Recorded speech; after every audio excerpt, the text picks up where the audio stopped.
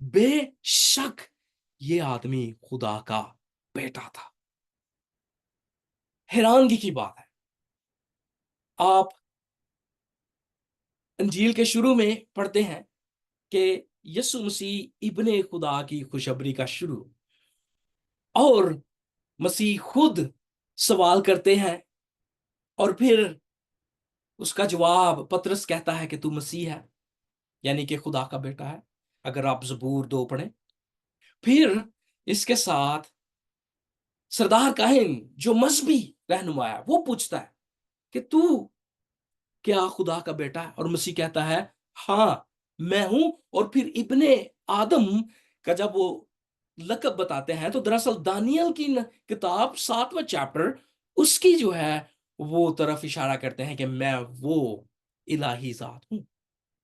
اور پھر جب وہ صلیب پر اپنا دم دیتے ہیں، یہ وہ شخص ہے صوبے دار جو ہر روز مرتے ہوئے لوگوں کو دیکھتا ہے صلیب پر، لیکن مسیح کی موت، مسیح کے کفارے کو دیکھ کر، مسیح کی ذات کو دیکھ کر، اس کو دیکھتے ہوئے وہ کہتا ہے کہ واقعی یہ خدا کا بیٹا ہے۔ جب ہم اس تمام تر باتوں کو دیکھتے ہیں تو یہاں پر ہمیں سیکھنے کو کیا ملتا ہے؟ مرکز جب وہ انجیل لکھ رہا ہے تو دراصل وہ اس حالات میں دیکھ رہا ہے جہاں پر کلیسیا جو ہے وہ قید میں جا رہی ہے، پولس رسول پطرس قید میں ہے، شہنشاہ روم جو ہے وہ اپنے آپ کو خدا کا بیٹا کہتا ہے پہلی دفعہ، اور مرکز اس بات کو چیلنج میں لیتا ہے کہ اسے کلیسیا کو مضبوط کرنا ہے، اسے اس بات سے نہیں ڈرنا کہ انہی لوگوں نے مسیح کو مصلوب کیا، وہ نہیں ڈرتا کہ میرے رہنما جیل میں جا چکے ہیں، بلکہ وہ یوں ابھی جب ہم نے گیت سنا کہ انجیل کو پھیلانا یہ کام ہمارا ہے، منجی کا زمانے میں یہ نام پیارا ہے، اس بات کو وہ لیتا ہے چیلنج کے طور پر، اور وہ انجیل نہ صرف کلیسیا کی حوصلہ مندی کے لیے لکھتا ہے بلکہ شہنشاہ کیسر اگستس کو چیلنج کرتا ہے، کیونکہ جب کیسر اگستس پیدا ہوا تو اس کی پیدائش کے دن کو گاسپل، انجیل، ایونگلیام کہا گیا، لیکن جب وہ بڑا ہوا تو اس کو خدا کا بیٹا کہا گیا۔ مرکس رسول جب وہ لکھتا ہے تو وہ کہتا ہے کہ کیسر اگستس نہ تو خدا کا بیٹا ہے اور نہ ہی اس کی پیدائش کا دن خوشخبری کا دن ہے، بلکہ وہ کہتا ہے یسوع مسیح صرف خدا کا بیٹا ہے۔ دوسرا وہ بتاتا ہے کہ نبیوں کی پیشن گوئیوں کے مطابق اور خدا کا آسمان سے ڈائریکٹ یہ بات کرتے ہوئے کہ یہ میرا پیارا بیٹا ہے۔ تیسری بات وہ اس کتاب میں لکھتا ہے کہ مسیح معجزوں کے ساتھ اپنے آپ کو خدا کا بیٹا ثابت کرتا ہے، بلکہ بدروا اس بات کو جب دیکھتی ہیں کہ مسیح آ گیا ہے تو وہ چلا اٹھتی ہیں کہ یہ خدا کا بیٹا ہے جو ہم کو عذاب الہی میں ڈال سکتا ہے۔ کیسر اگستس کسی کی جان لے سکتا تھا لیکن ابدی ہلاکت میں کسی کو ڈال نہیں سکتا۔ چوتھی اور آخری بات، روم کا صوبے دار جب اس ماجرے کو دیکھتا ہے، مرکز رسول اس بات کو بڑی خوبصورتی کے ساتھ جو ہے وہ اختتام پر لے جاتا ہے کہ واقعی مسیح یسوع ہی خدا کا بیٹا ہے جب صوبے دار مسیح کا اقرار کرتا ہے۔ یہ باتیں ہم انجیل مقدس میں سے سیکھیں گے اور برکت پاتے چلے جائیں گے، لیکن آگے ہم آگے بڑھیں، جانیں کہ یہ مرکز کون تھا، اس کے یہ کہاں سے جو ہے وہ اس کا تعلق تھا۔ تو اس کا تعلق اگر آپ نے مرکز کی انجیل پڑھی ہے یا اور دوسری انجیل پڑھی ہے تو آپ نے مسیح کے آخری کھانا یا فسح کے بارے میں آخری فصح کے بارے میں سنا ہوگا، تو مسیح نے جس گھر میں آخری فصح کھائی، یہ دراصل مرکز کے ماں باپ کا گھر تھا، اور اس کی ماں کا نام مریم تھا۔ جی بالکل، مرکز جب تاریخ میں پہلا مشن ہوا، ٹرپ دورہ ہوا، تو اس میں مرکز پولوس اور برنباس کے ساتھ مشن کے اوپر گیا۔ پھر اس کے ساتھ، کیونکہ وہ دوران مشن ٹرپ کو چھوڑ کر واپس آ گیا تھا، پولوس کو اچھا نہ لگا اور اس نے اسے ذمہ دار نہ سمجھا۔ لیکن بعد میں جب پولوس نے دیکھا کہ مرکز تبدیل ہوا ہے، وہ اور زیادہ ذمہ دار ہوا ہے، تو اس نے اس کو اپنا ہم خدمت کہا۔ پطرس رسول کلوسیوں 4 باب میں لکھ کے کہتا ہے کہ وہ یہ میرا ہم خدمت ہے مرکز کے بارے میں۔ پھر وہ اپنے تموتیس، جو اس کا اپنا روحانی بیٹا ہے، اس کو کہتا ہے کہ مرکز کو لیتے آنا، کیونکہ وہ کام کا بندہ ہے خدمت کے لیے۔ پھر اس کے ساتھ ساتھ اگر ہم پطرس کے خط، اس کا پہلا باب اور اس کی 13ویں آیت کو پڑھیں، تو وہاں پر یہ بات ہمیں واضح ہوتی ہے کہ پطرس رسول دراصل مرکز کا روحانی باپ تھا۔ میں نے ان آیات کو پڑھا نہیں، لیکن وقت کی کمی کے لیے کو جو ہے وقت کو جانتے ہوئے میں نے ان باتوں کو آپ کے سامنے پیش کیا ہے۔ اگر آپ کو نوٹس چاہیے تو ضرور آپ ہمیں میسج کر سکتے ہیں، تاکہ ہم آپ کو نوٹس بھی دے سکیں۔ اس کے ساتھ ساتھ کئی لوگ انجیل کی سند کے اوپر جو ہے وہ سوال اٹھاتے ہیں، تو بے شمار ہمارے پاس اس کے ذرائع ہیں۔ خداوند کے فضل سے انجیل مقدس واحد ایسا ڈاکومنٹ ہے، ایسی کتاب ہے دنیا میں، جس کے ہزاروں کی تعداد میں 5000 سے زائد اصل نسخہ جات جو ہے وہ آج بھی موجود ہیں، اور وہ ایک دوسرے کے ساتھ میل کھاتے ہیں۔ لیکن میں آپ کو ابھی جو ہے وہ اس کی پہلی صدی کی سند، یعنی کہ پہلی صدی میں جب انجیل لکھی گئی تھی، اس وقت کے لوگ کیا کہتے ہیں ذہن میں رکھیے۔ مسیح سن 33 میں جو ہے وہ صلیب پر مصلوب ہوئے۔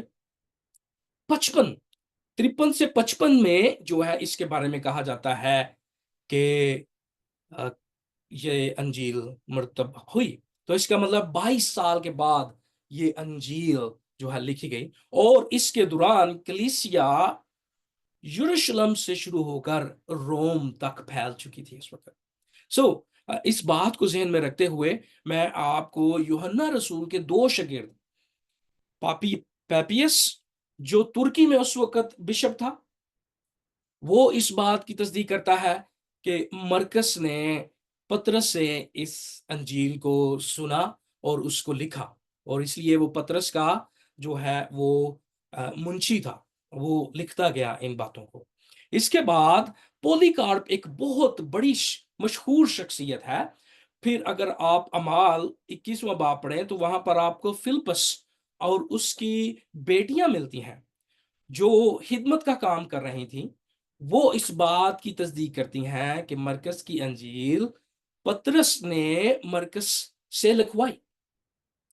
پھر وہی نہیں، میں نے ابھی آپ کو یہ 2-3 جو ہے وہ دیے ہیں، بے شمار جو ہے وہ ہمارے پاس اس کی سند ہے، لیکن دوسری صدی میں بھی ہمارے پاس اس کی سند اسی طرح چلی جاتی ہے۔ ارینیس جو ایک بشپ تھا، وہ اس بات کی جو ہے وہ تصدیق کرتا ہے۔ اسکندریہ کا کلیمنٹ جو ہے وہ سن 180 میں اس کی تصدیق کرتا ہے کہ مرکز ہی نے اس کی انجیل کو مرتب کیا۔ اب ہم آگے بڑھیں گے اور ہم اس بات کو دیکھیں گے کہ یہ 3 دعوے جن کا میں نے شروع میں ذکر کیا کہ انجیل کا آغاز شاید درست نہیں لوگ سمجھتے ہوا، مسیح کو الوہی یا الہی شخصیت نہیں بتایا گیا، اور شاید وہ مسیح نے لوگوں کو پیروکاری کے لیے نہیں بلایا، تو ان باتوں کو ہم مد نظر رکھتے ہوئے انجیل کا جائزہ لیتے ہیں۔ پہلی بات، جب میں آپ کو کہتا ہوں کہ انجیل کا جائزہ لیتے ہیں، اس سے پہلے میں آپ کو چند باتیں بتانا چاہتا ہوں۔ پہلی بات، جب بھی آپ انجیل مقدس کو پڑھتے ہیں، جب بھی آپ انجیل مقدس کو پڑھتے ہیں، تو آپ اس کو ایک ایسی کتاب نہیں سمجھ سکتے کہ میں نے اس کو اسی طرح پڑھنا بغیر بیک گراؤنڈ، بلکہ انجیل مقدس پریسپوزیشنل جو ہے وہ لکھی گئی، اس کو پہلے سے وہ شروع ہوئی ہے، اور اس کا شروع کہاں سے ہے؟ باغ عدن سے، پیدائش سے شروع ہے۔ اور خدا نے انجیل پہلے بار سنائی، اور وہ کون سی جگہ پر؟ پیدائش 3 باب 15ویں آیت۔ پھر آپ نبیوں سے سنتے ہیں مسیح کی پیشن گوئیاں، اور وہ ہمیں پروفیسز کے وسیلہ سے ہمیں انجیل کے بارے میں بتاتے ہیں، ہمیں تعلیم دی جاتی ہے۔ اور آگے جب مسیح آتے ہیں تو وہ دراصل کوئی نئی بات نہیں شروع کرتے، مسیح اسی کام کو جو باغ عدن میں ہوا اس کو آ کر پورا کرتے ہیں۔ اس لیے اگر آپ صرف اسٹریٹ فارورڈ آپ انجیل پڑھنا شروع کر دیں تو یہ ایک بہت ہی غلط طریقہ ہے۔ اس لیے جو بھی لوگ تنقید کرتے ہیں دراصل وہ اس بات کو بھول جاتے ہیں کہ انجیل مقدس دراصل کنٹینیوٹی ہے، وہ جاری ہے پیدائش سے، اور جب مسیح آتا ہے تو یہ نیا دور ہے۔ پرانا دور وہ سب کچھ ہمیں مسیح کے بارے میں بتاتا ہے، جب انجیل آتی ہے، نیا عہد نامہ آتا ہے، تو دراصل یہ ان باتوں کو بتاتا ہے جو پیچھے کہی گئی اور پوری ہوئی، اور یہ اسی طرح انجیل ہے۔ یہ ایک طریقہ ہے جس کو آپ نے جب بھی آپ نے انجیل پڑھنی ہے اس کو ذہن میں رکھنا ہے۔ چلیں آئیں، ہم جو ہے وہ ہر 16 چیپٹر ہے، اور 16 دعوے اور 16 باتوں کو ہم یہاں پر دیکھیں گے، اور میں بڑی جلد جاؤں گا۔ میں نے پہلے کہا اگر آپ کو یہ نوٹس پسند ہے تو آپ ہمیں کہہ سکتے ہیں، ہم آپ کے لیے اویلیبل کر سکتے ہیں، آپ نے اس کے لیے میسج کرنا پڑے گا۔ اچھا جی، یہاں پر ہم دیکھتے ہیں پہلی آیت میں ہمیں مسیح بطور خدا کا بیٹا ملتا ہے، اور پہلے ہی آیت میں ہمیں مسیح لفظ استعمال ہوا نظر آتا ہے۔ پھر اگر آپ دوسری آیت دیکھیں تو وہاں پر آپ کو یسایہ نبی کی پیشن گوئی کے لیے جو ہے وہ بتایا جاتا ہے، اور دوسری آیت کو جب آپ دیکھتے ہیں تو وہاں پر یسوع مسیح کو بطور یہوہ خدا کے طور پر استعمال، پیشن گوئی بتاتی ہے ہمیں۔ یاوے جو ہے انگریزی میں اور عبرانی میں اس کو یہوہ استعمال کیا گیا ہے، اور یہ وہ لفظ ہے جو یہودیوں کے نزدیک، توریت کے نزدیک، اولڈ ٹیسٹامنٹ کے نزدیک نہایت اہم لفظ ہے۔ پھر اس کے بعد ہم یوحنا کی گواہی کو پڑھتے ہیں اسی چیپٹر میں 7ویں اور 8ویں آیت میں۔ آنے والے ہفتے میں ہم پہلی آیت سے لے کر 15ویں آیت تک جو ہے وہ اس کی تفسیر کریں گے اور اس کا جائزہ لیں گے، لیکن ابھی یوحنا کی گواہی کہ یسوع مسیح الہی شخصیت ہے۔ پھر آپ جب آگے دیکھتے ہیں مسیح کے بپتسمے کے بعد خدا آسمان سے یہ بتاتا ہے کہ یہ میرا پیارا بیٹا ہے۔ آپ دیکھیں گے آگے سلائیڈ پر اگر آپ چلتے جائیں تو وہاں پر آپ کو مسیح جو ہے وہ عذاب الہی میں ڈالنے والا شخصیت نظر آتی ہیں۔ آپ پہلے چیپٹر میں جب بدروہیں مسیح کو دیکھتی ہیں، تیسرے چیپٹر میں، 5ویں چیپٹر میں جو ہے جب آپ دیکھتے ہیں تو آپ کو معلوم ہوتا ہے کہ مسیح کوئی عام شخصیت نہیں۔ جیسے میں نے پہلے کہا کہ کیسر اگسطس شاید کسی کو مار سکتا ہے لیکن عذاب الہی میں نہیں ڈال سکتا، اور یہاں پر آپ دیکھ سکتے ہیں مسیح کے بارے میں بدروہیں اقرار کرتے کہ تو خدا کا قدوس ہے اور تو ہمیں عذاب الہی میں ڈال سکتا ہے۔ یہ بڑا اہم اقرار ہے۔ پھر آگے اگر آپ دوسرے چیپٹر میں آئیں، اور پھر دوسرے چیپٹر میں آپ کو 2 دفعہ اس بات کا اقرار کرتا ہوا نظر آتے ہیں مسیح کہ وہ گناہوں کو معاف کرنے کی قدرت رکھتا۔ اگر آپ اسی طرح آگے بڑھیں تو چوتھے چیپٹر میں آپ کو مسیح قدرت پر اختیار رکھتے ہوئے نظر آتے ہیں۔ اور وہ جب اس چیپٹر میں جب آپ پڑھیں گے تو وہاں پر آپ پڑھیں گے کہ مسیح سمندر کے طوفان کو ڈانٹتے ہیں، ہوا کو ڈانٹتے ہیں، اور وہ تھم جاتی ہیں 1 سیکنڈ میں. اور سوال آتا ہے کہ یہ کون ہے؟ مسیح اگر 7واں چیپٹر آپ پڑھیں تو وہاں پر ہر جا حاضر ہے، وہ حی القیوم کے طور پر نظر آتے ہیں. وہاں پر آپ کو جو ہے واقعہ ملے گا کہ ایک عورت کی بیٹی بیمار تھی، اور وہ مسیح کی منت کرتی ہے، مسیح سے کہتا ہے کہ جا، ایسا ہی ہوا. وہ گھر پہ ہے، لیکن وہ عورت وہاں پر مسیح کے سامنے دعا منت کر رہی ہے، اور مسیح جب اسے کہتے ہیں تو وہ اسی وقت اس گھر میں وہ شفا پاتی ہے. اگر آپ مرکز 6 باب پڑھیں تو وہاں پر آپ کو ملے گا مسیح کا مشہور ایک دعویٰ کہ میں ہوں. دراصل یہ بڑا ہی اہم اور حیرت انگیز جو ہے وہ دعویٰ ہے. میں ہوں، یہ کہاں سے ہمیں ملا میں ہوں؟ جب موسیٰ خروج کی کتاب میں جلتی ہوئی جاڑی میں خدا کی آواز سنتا ہے، تو وہاں پر وہ کہتا ہے کہ تیرا نام کیا ہے؟ تو وہ وہاں پر یہ نام سنتا ہے، میں ہوں. سو یہ نام مسیح اپنے لیے استعمال کرتے ہیں 6 چیپٹر میں.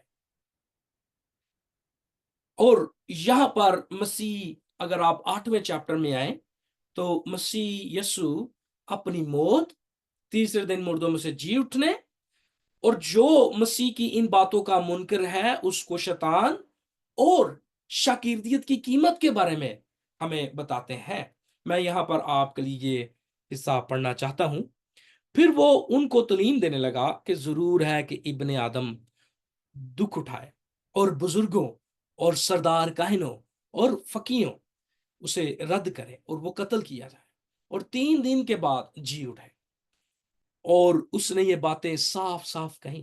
پترس اسے الگ لے جا کر اسے ملامت کرنے لگا، مگر اس نے مڑ کر اپنے شاگردوں پر نگاہ کر کے پترس کو ملامت کی اور کیا کہا؟ اے شیطان! دیکھیں، مسیح کا شاگرد ہے اور مسیح کو سکھانے کی کوشش کر رہا ہے، اور وہ اہم ترین بات کو جو ہے نظر انداز کرنا چاہ رہا ہے. اور وہ مسیح سے کیا کہتے ہیں؟ اے شیطان، میرے سامنے سے دور ہو، کیونکہ تو خدا کی باتوں کا نہیں بلکہ آدمیوں کی باتوں کا خیال رکھتا ہے. پھر اس نے بھیڑ کو اپنی شاگردوں سمیت پاس بلا کر ان سے کہا، اگر کوئی میرے پیچھے آنا چاہے تو اپنی خودی سے انکار کرے اور اپنی صلیب اٹھائے اور میرے پیچھے ہو لے.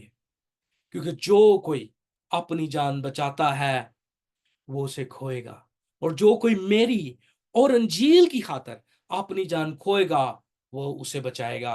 اور آدمی اگر ساری دنیا کو حاصل کرے اور اپنی جان کا نقصان اٹھائے تو اسے کیا فائدہ؟ اور اگر آدمی اپنی جان کے بدلے کیا دے گا؟ کیونکہ جو کوئی اس زناکار اور خطا کار قوم میں سے مجھ سے اور میری باتوں سے شرمائے گا، ابن آدم بھی جب اپنے باپ کے جلال میں پاک فرشتوں کے ساتھ آئے گا تو اس سے شرمائے گا. جی، میں آگے چلتا ہوں. یسوع سوال کرتے ہیں، اپنے آپ کو خدا ہونے کا دعویٰ کرتے ہیں کر کے مسیح سوال کرتے ہیں. اور یہ سوال کیا ہے؟ اور جب یہ وہ باہر نکل کر راہ میں جا رہا تھا تو ایک شخص دوڑتا ہوا اس کے پاس آیا اور اس کے آگے گھٹنے ٹیک کر اس سے پوچھنے لگا، اے نیک استاد، میں کیا کروں کہ ہمیشہ کی زندگی کا وارث بنوں؟ یسوع نے اس سے کہا، تو مجھے کیوں نیک کہتا ہے؟ دیکھیں، مسیح یہاں پر سوال کر رہے ہیں اور پھر جواب بھی دیتے ہیں، کیونکہ کوئی نیک نہیں مگر ایک، یعنی خدا. یعنی کہ مسیح یہاں پر اس کو بتا رہا ہے کہ تجھے معلوم ہے تو مجھے نیک کہہ رہا ہے، اور اس کا مطلب پتا ہے کیا ہے؟ کہ مجھے تو خدا بنا رہا.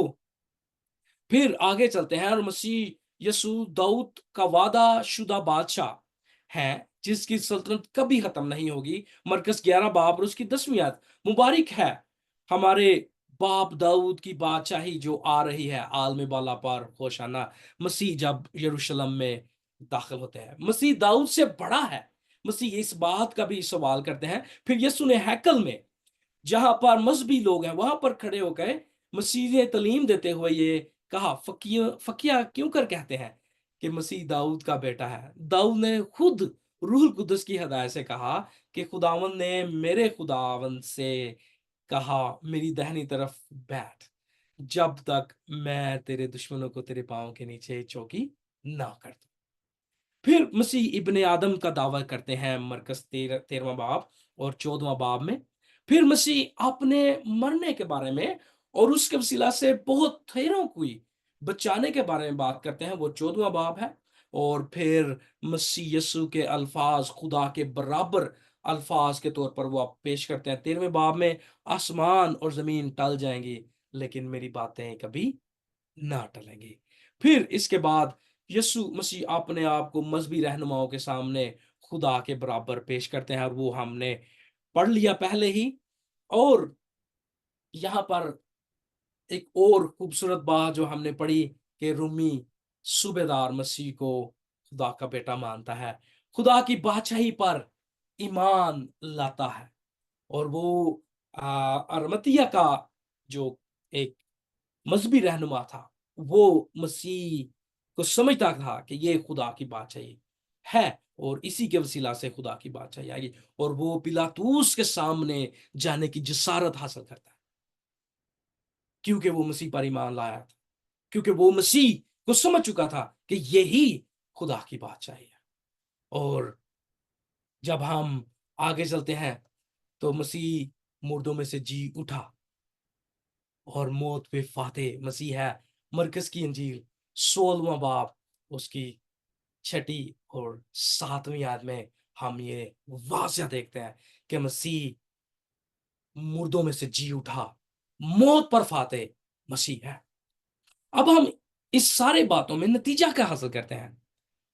ہم دیکھ چکے ہیں کہ مرکز کلیسیا کی انکریجمنٹ کے لیے، ان کی حوصلہ افزائی کے لیے یہ لکھتا ہے، اور وہ سمجھتا ہے کہ انجیل کو پھیلانا یہ کام اس کا ہے، اور آج یہ ہمارا ہے۔ منجی کا زمانے میں یہ نام پیا۔ جب ہم ان باتوں کو دیکھتے ہیں تو وہ اس بات کی پرواہ نہیں کرتا کہ وہ شہنشاہ کو اس کے وسیلہ سے چیلنج کر رہا ہے، وہ اس بات کی پرواہ نہیں کرتا کہ اس انجیل کی وجہ سے اس کا سر اڑا دیا جائے گا، بلکہ وہ سمجھتا ہے کہ یہ اس کی ذمہ داری ہے۔ وہ سمجھتا ہے کہ میری جان کچھ بھی نہیں اگر میں مسیح کی منادی نہ کروں، اور وہ شہنشاہ کو چیلنج کرتا ہے کہ یسوع مسیح خدا کا بیٹا ہے، اور وہ اس بات کی دلیل دیتا ہے کہ خدا نے اور نبیوں نے گواہیوں کے ساتھ، مسیح نے معجزات اور حیرت انگیز کام، اور بدروحوں نے اس بات کا اقرار کیا کہ یہی وہ شخص ہے جو عذاب الہی میں ڈال سکتا ہے۔ یہ وہ حقیقی شخصیت ہے، اور سب سے بڑھ کر صوبے دار جو کوئی عام بندہ نہیں تھا، بلکہ اس نے مصلوب ہوتے ہوئے مسیح کو دیکھے، اس پر ایمان لایا کہ یہ خدا کا بیٹا ہے۔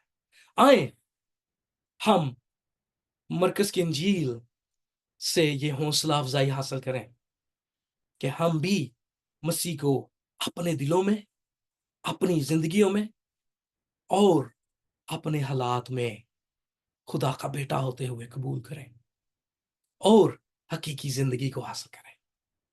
خداوند آپ کو اور مجھے اس کلام کے وسیلہ سے برکت دے۔ آئیں ہم دعا کریں۔ اگر کوئی دعا یا درخواست ہے تو وہ کر سکتے ہیں، ورنہ ہم دعا کریں گے۔ کوئی دعا یا درخواست ہے؟ عبدالرؤف، اگر کسی نے دعا یا درخواست کی تو آپ بتا سکتے ہیں۔ جی، ابھی تک کسی نے کوئی دعا کی درخواست نہیں کی ہے یہاں پر اور فیس بک پہ جو نظر آ رہی ہے۔ جی چلیں ٹھیک ہے، پھر ہم دعا کرتے ہیں، اور ہم، اگر آپ فیس بک پر لائیو ہیں اور زوم میں آنا چاہتے ہیں تو زوم کا لنک جو ہے وہ وہاں پر موجود ہے، آپ اس کو کلک کر کے ہمارے ساتھ زوم پہ شامل ہو سکتے ہیں۔ اگر آپ کی کوئی بات ہے، کرنا چاہتے ہیں، سوال ہے، یا ویسے فیلوشپ کرنا چاہتے ہیں، ہم آپ کو خوش آمدید کہتے ہیں۔ آئے ہم دعا کریں۔ خداوند پیارے آسمانی باپ، ہم شکر گزاری کرتے ہیں اس خوبصورت انجیل کے لیے جو ہمیں بخشی گئی، کیونکہ اس میں ہمارے پیارے منجی کا نام لکھا گیا ہے، ہمارے نجات دہندہ کا نام لکھا گیا ہے، اور اس کے دعووں کو پیش کیا گیا ہے، دلیلوں کو پیش کیا گیا ہے، تاکہ ہم جب مسیح پر ایمان لائیں تو دوسروں کو بھی بتا سکیں کہ مسیح کتنا خوبصورت ہے، مسیح کتنا پیارا ہے، اور کتنا سندر ہے۔ تیرا شکر کرتے ہیں اس کلام کے لیے، اے خداون۔ اگر کوئی بات ایسی کی جو درست نہیں تھی تو اس کے لیے معذرت چاہتے ہیں۔ میں جو ہمیں دیکھ رہے ہیں آج، ان کے لیے بھی شکر گزاری کرتا ہوں۔ اے خدا نے برکت دے جتنے یہاں پر موجود ہیں، فیس بک پر اور زوم پر۔ اے خدا ان سب پر تیری برکت آئے، ان کے خاندانوں پر تیری برکت آئے، ان کے کاروبار پر تیری برکت آئے، اور اے خدا اگر کوئی بیمار ہے تو وہ شفا پائے یسوع مسیح کے نام سے۔ اے خدا ہم تیرا شکر کرتے ہیں ان سب بہن بھائیوں کے لیے، ان پر تیری برکت، تیری سلامتی ہو، مانگتے یسوع مسیح کے نام سے، آمین۔ ہم خداوند کی سکھائی ہوئی دعا میں شامل ہوں گے۔ اے ہمارے باپ، تو جو آسمان پر ہے، تیرا نام پاک منا جائے، تیری بادشاہی ہے، تیری مرضی جیسی آسمان پر پوری ہوتی ہے زمین پر بھی ہو۔ ہمارے روز کی روٹی آج ہمیں دے، جس طرح ہم اپنے قرض اور قرض معاف کرتے ہیں، تو بھی ہمارے قرض ہمیں معاف کر، ہمیں آزمائش میں نہ لا بلکہ برائی سے بچا، کیونکہ بادشاہی، قدرت اور جلال ہمیشہ تیرے ہی ہیں، آمین۔